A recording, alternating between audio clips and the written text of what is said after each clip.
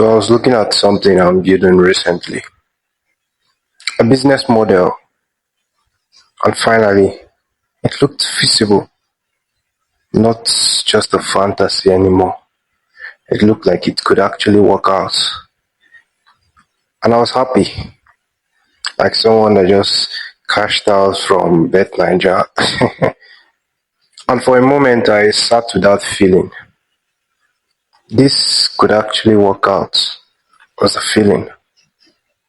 And it's a feeling that's foreign to most Nigerians because they don't let themselves feel that way.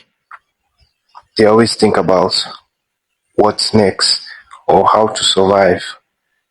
They don't think about how their dreams or the things that they've built would actually work out. They just believe in grace and luck. But sometimes a series of carefully curated decisions can actually make things work out. And that's what they miss. So I want you to ask yourself this question. What if it all works out? Not as a rhetorical question, but as a genuine question, one that you sit on your bed at 2 a.m. and answer. Well, I think it can, and this is not a motivation or something like that. This is me genuinely telling you that it can all work out if you move in ways that people don't expect you to. Here's the truth. When most Nigerians decide that they want something more, their first thought is business. And that's good, right? Yeah. But the thing is, most of the businesses that are started by Nigerians are aimed at survival and not growth.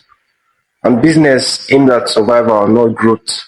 It's just you working yourself to the bone without building anything substantial. And that's the mistake. And that's why people think that the answer to the question, what if it all works out? It's a fictional answer because they've been created to cater for their survival and not their growth. They start their business, but the truth is they are just using it as a hustle. Because a business and a hustle, they are two different things. The hustle is aimed at surviving. The business is aimed at growing. But what we see mostly in Nigeria are people with hustles and not businesses. I'm not saying this to shame anyone.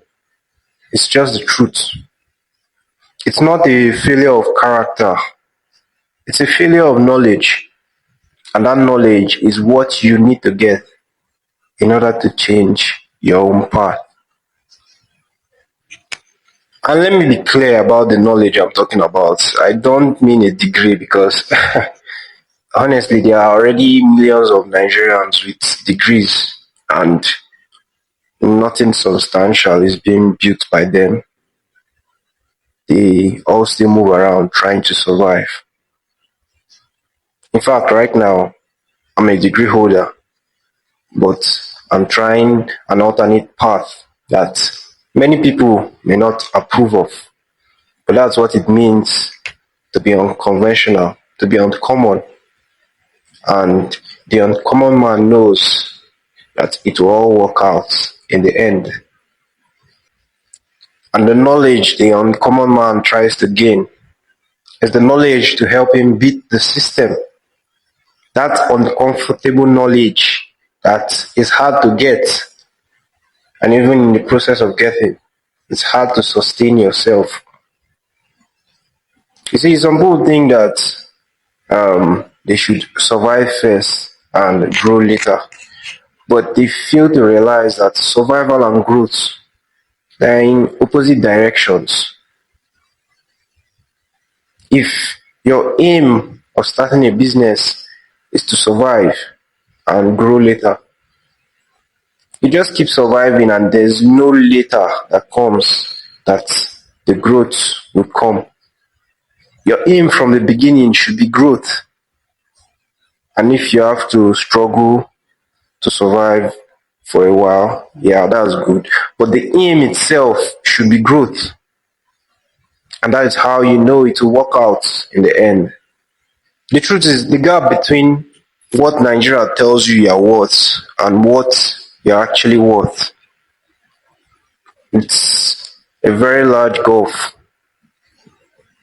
It's very hard for you to reconcile it without this knowledge that I've talked about. Knowledge, knowledge, knowledge, understanding, wisdom, they all go hand in hand. But first, you must acquire knowledge, and that's when you start moving up the ladder. So, practically, how can you acquire this knowledge that you need? Like I've said, it's very uncomfortable, but it first starts with your intentionality. You have to be intentional with what you consume. You have to be intentional with what you read, what you watch, what you feed your mind with, the people you hang around. You have to be intentional because those are the primary ways to gain knowledge. And if you gain the wrong knowledge continuously, then you start making wrong decisions because your knowledge is the root of all your decisions. Knowledge without the right people around stays theoretical. And honestly, this is where most Nigerians get it wrong. They think they have to hoard everything, their knowledge, their skills. And in a sense, it's good to hoard.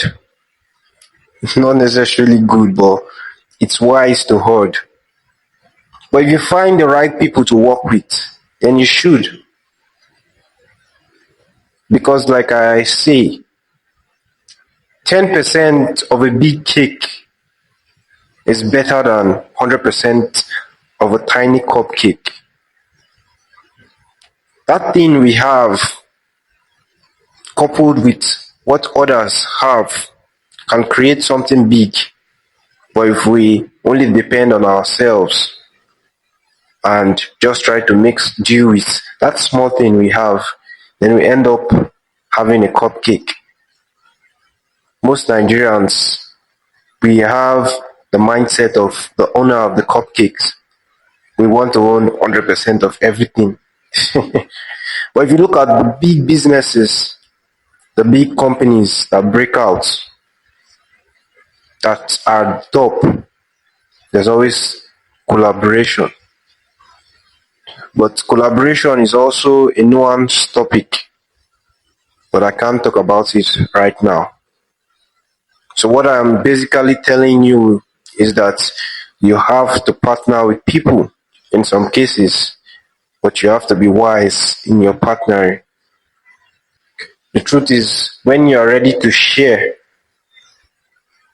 people actually see that as a signal to actually share with you. In fact, serious people see you and they want you part of them. It's not for you to go and share your core ideas with everyone and someone steals it. No, that's not what I'm saying. The underlying skills and general ideas are the things you share, things that you know pique their interests before the main thing. You give them nuggets so that they come for the full meal. That is what I mean. And also, you need exposure. And yes, traveling out of Nigeria is the best way to get exposure, but it's not the only way. Right in your house, you can get exposure. Going back to the things that you consume, that is one way to get exposure. And learning about why some things work there and they don't work here. You have to know the nuanced situations, because if you just think that anything that works there will work here, you are very wrong. You have to know why it works there, and you have to restructure the thing to be able to work here. So the idea you have, it has different applications in different parts of the world. So the best thing, you have to know how to put it to use here. But also your exposure to how it's used in other places can also help you to improve it, to make it the best possible version. So what if it all works out? Well, here's my honest answer. It works out for the person who acquires knowledge that the system never intended to give them. It works out for the person who builds with other people instead of holding against them. It works out for the person who refuses to accept that their ceiling is whatever the room they were born to says it is. And of course, this is not a guarantee. Nothing is, but it is possible. And you, being an uncommon person, makes it, or rather increases your odds and your chances of it being possible for you. So yes, it can all work out. So start making decisions like someone that expects it to all work out. Not blindly, not naively, but tested and accurate decisions that will actually put you in the position for it to all work out.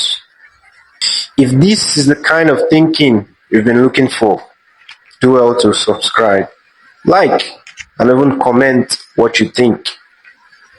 And a new video is coming in next week. Something that will make you think and even act. Well, I'm Wodi Diepreye, and this is just one of my thoughts.